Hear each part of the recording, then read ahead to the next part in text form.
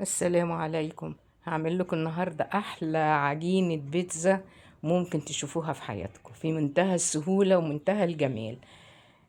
بعد عمري ده كله عرفت إن اللي كنا بناكله ده ما كانش عجينة بيتزا. عجينة البيتزا هي اللي هنعملها مع بعض النهاردة. معايا هنا كمية مية، هكتب لكم طبعا المقادير بالظبط في صندوق الوصف. مية من الفلتر عادية جدا، ولا دافية ولا حاجة، بالرغم ان لسه الجو جوه الشقق بارد، لكن مية من الفلتر. هو يا ريت يكون فلتر او مية ازايز من بره، عشان الكلور بيبهدل الدنيا في المية اللي بنعجن بيها. المهم معايا هنا المية، حطيت الأول سكر وخميرة فورية، وقلبت شوية ومش هسيبها تختمر ولا حاجة. حطيت كمية الدقيق، وبالسباتيولا هنقلب، ولا عجن ولا تعب ولا هدة حيل في العجن ولا أي حاجة. بعدين حطيت قبل ما أعجن حطيت شوية ملح. نبتدي بقى نقلبها هنا بالسباتيولا. واحط هنا معلقتين زيت زيت زيتون. يفضل يكون زيت زيتون، بس لو مش موجود اي زيت عندك، زيت دوار شمس، زيت ذرة. معلقتين كده على الكمية دي، والباقي خليته هنستخدمه دلوقتي. نغطي بقى العجينة. انا ولا عجنت، شايفين، ولا عجنت ولا حاجة، انا مجرد الدقيق ما تشرب المية. غطيتها وسبتها. طبعا لان الدنيا لسه مش حر، فهي اخدت لها ساعة، انما لو في الصيف هتاخد ربع ساعة تلت ساعة بالكتير. شايفين، بالرغم ان انا ولا عجنت ولا حاجة بدأت تعمل العرق اللي هو بدأ الجلوتين يشتغل. باخد بقى كده من الجوانب واقلب لجوه، اخد من الجانب بالسباتيول، او زي ما انتوا شايفين كده، والجوه. يعني اطول العجينة كده لجوه. الطريقة دي بتدخل الهواء في العجينة بتاعتي. شايفين الجمال؟ وهي لسه ليها مراحل تاني، بس من الاول كده شكلها جميل. هفضيتها بقى في صينية، وهغطيها تاني وهسيبها تاني برضو. اخدت برضو معايا ساعة تاني. هي هنا فكرة العجينة دي مش متعبة، لكن بتاخد وقت طويل. فاللي بيحب العجين زي حالاتي يطول باله. شايفين بليت ايدي بقى بالزيت، هو ممكن تبليها بالمية بس انا فضلت الزيت احسن.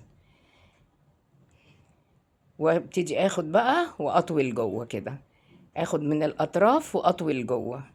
الطريقة دي بتدخل كمية هوا جوه العجينة، ولا عجن ولا تعب، ولا نفضل نهد نفسنا في العجن ولا اي حاجة.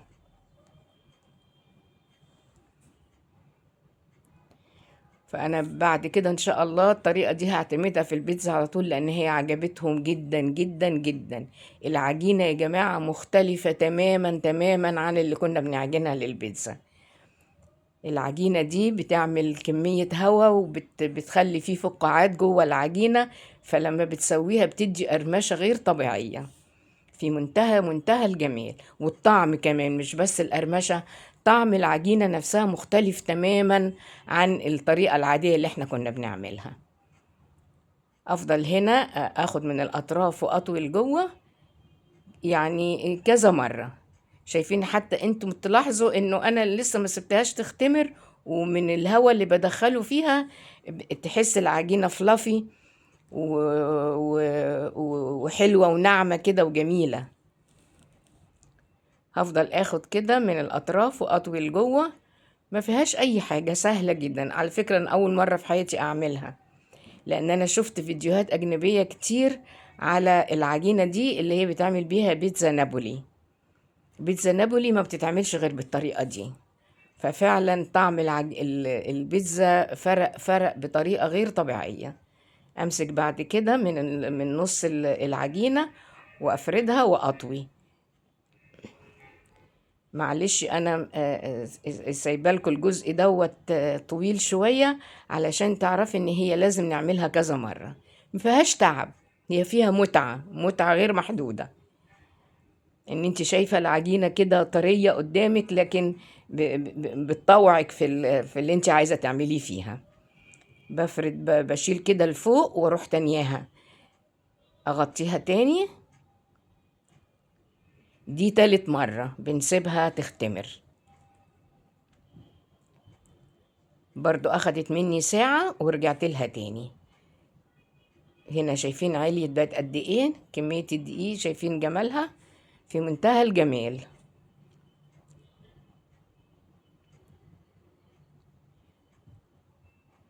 شايفين العرق فيها عامل ازاي، ونعومة العجينة وجمالها.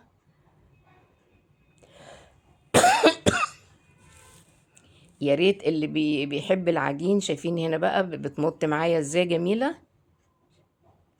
اللي بيحب بقى العجن وبيحب يعمل البيتزا، جربوا بالطريقة دي، احلى بكتير قوي من البيتزا العادية او من العجينة اللي احنا كنا معتمدينها للبيتزا.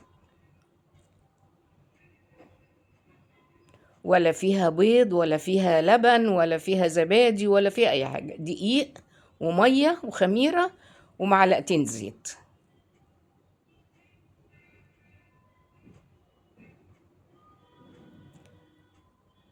هبتدي احط بقى كمية دقيق حلوة. لو عندكم دقيق سميد بس يكون انعم دقيق حطوه، بس انا ما عنديش فحطيت الدقيق العادي اللي انا عجنت منه. هسيبها بس هنا، سبتها بس 10 دقايق كده تريح بس عشان اعرف الفها. رشيت بقى كمية الدقيق الحلوة دي وابتدي بقى بالسكرابر دوت ألف في العجينة لغاية ما عملتها رول.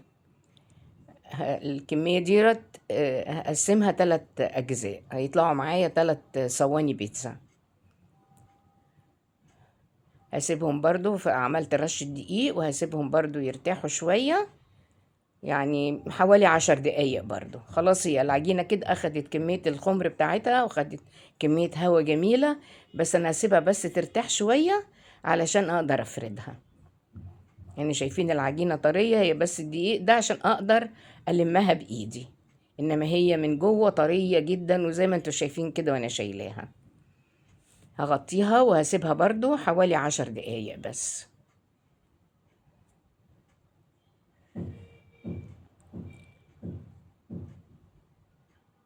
اشيلها بقى بالراحة خالص وما ضيعش الهوا منها نهائي، ولا اعجنها ولا اي حاجة. ابتدي بس كده افردها بايدي لبره، اخد من جوه لبره واخلي الاطراف تخينة عن الداخل. انا بس بفردها شوية، بعد كده هشيلها واحطها في الصينية، صينية الفرن. ولا نشابة ولا اي حاجة، بايدك بس كده. وكل ما تحس انها بتلزق حط ايدك بس كده في الدقيق. هحطها بقى في الصاج او الصينية. عايزة تعمليها مدورة، عايزة تعمليها مربعة، عايزة تعمليها مستطيلة، زي ما انت عاوزة.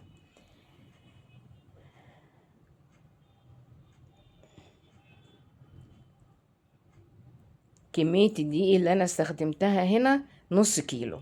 النص كيلو عملوا لي 3 صواني. شايفين قد ايه بقى العجينة المبروكة. تحاولي وانت بتفردي تخلي الاطراف تخينة شوية. هنا عملت الصلصة دي طماطم. انا كنت عاملاها صلصة. خدت فصين توم قطعتهم رفيع قوي وقلبتهم كده على النار في معلقتين زيت زيتون. بس كده اول ما اشم ريحة التوم اروح حاطة الصلصة على طول. ولما بردت حطيت عليها معلقة زعتر بري اللي هو الاوريجانو. انا هنا فردتها ودخلتها في الفرن. يعني تتشمع بس كده، يعني ايه، اخدت لها 5 دقايق بس في الفرن. حطيت طبقة موزاريلا، ودي جبنة شيدر انا بشراها. يبقى هنا عندي خليط موزاريلا وشيدر. وهنا دي تونة. يفضل تجيبي التونة اللي هي في المية، صفيتها كويس قوي من المية، وابتدي اوزعها كده على الصينية. بيتزا التونة يا جماعة من اجمل انواع البيتزا، طعمها تحفة. اكمل هنا احط فوق التونة طبقة موزاريلا تاني.